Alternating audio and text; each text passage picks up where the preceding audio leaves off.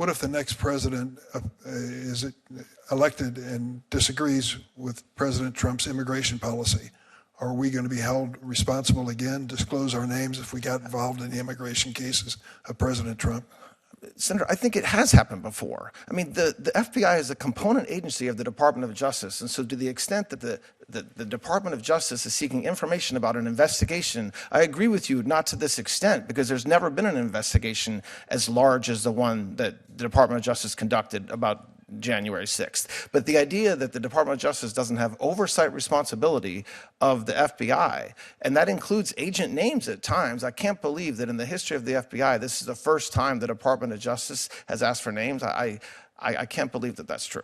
Today, we're diving deep into the explosive Senate Judiciary Committee hearing where Trump's Attorney General nominee went head-to-head with Senator Dick Durbin over the controversial blanket pardon issued by former President Trump for those involved in the January 6th Capitol attack. This fiery exchange is one for the books, so stick around as we break down the key moments and what this means for the future. And don't forget to smash that subscribe button for more in-depth political coverage. So sit back and let's dive right in.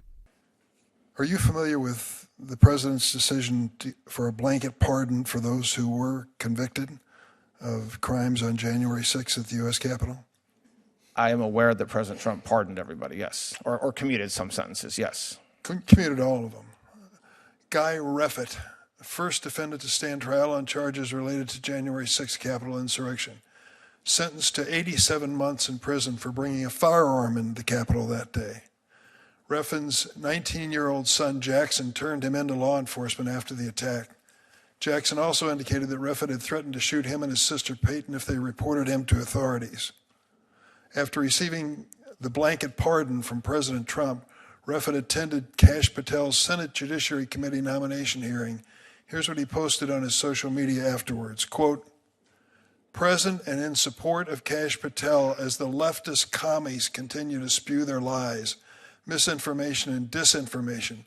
My man, clean house Kash," end of quote. Can you understand why the FBI agents would be reluctant to disclose not only their names, but perhaps the locations of their families in an effort to justify keeping their jobs if this kind of person is on the loose? I'm not aware of that being asked of any FBI agent or their families, Senator. So let me just lay it on the table.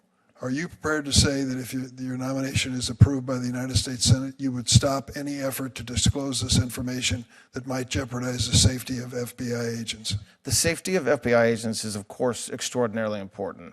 I cannot sit here today and commit to anything beyond that statement, that we will never do anything to put the lives of the family or the agents of the Federal Bureau of Investigation in danger.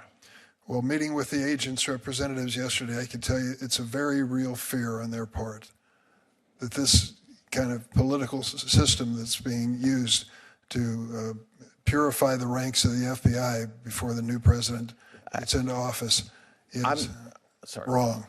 I'm not there, Senator, but that is not my reading of what's happening at all. So I wasn't part of the memo drafting or the discussions as to why it was sent, but from what I've read about it, it's not a purge, it's not firing agents, it's collecting information so that what happened doesn't happen again. And it's never happened before.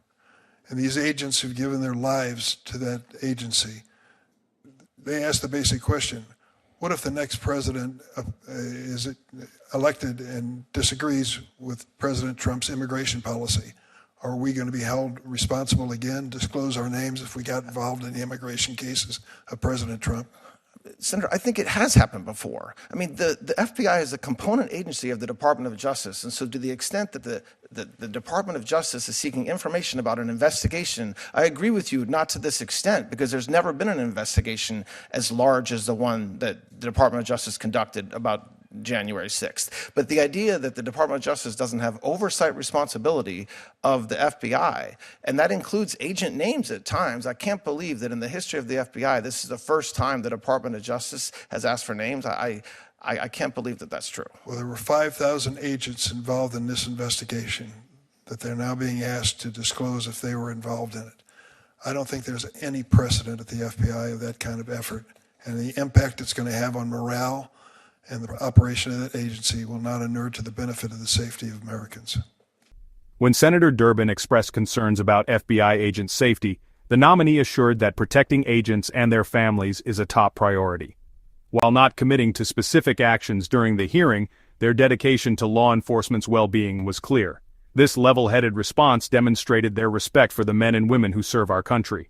Accusations of a political purge were swiftly refuted by the nominee, who emphasized that their goal is to ensure accountability and prevent future incidents like January 6th. Their clear stance against politicizing the Justice Department underscored their commitment to fairness and justice. If you're impressed by this nominee's integrity, hit that like button and subscribe for more content like this. Thanks for tuning in to today's breakdown. Don't forget to like, comment, and subscribe for more updates on the biggest political stories. Until next time, stay informed and stay engaged.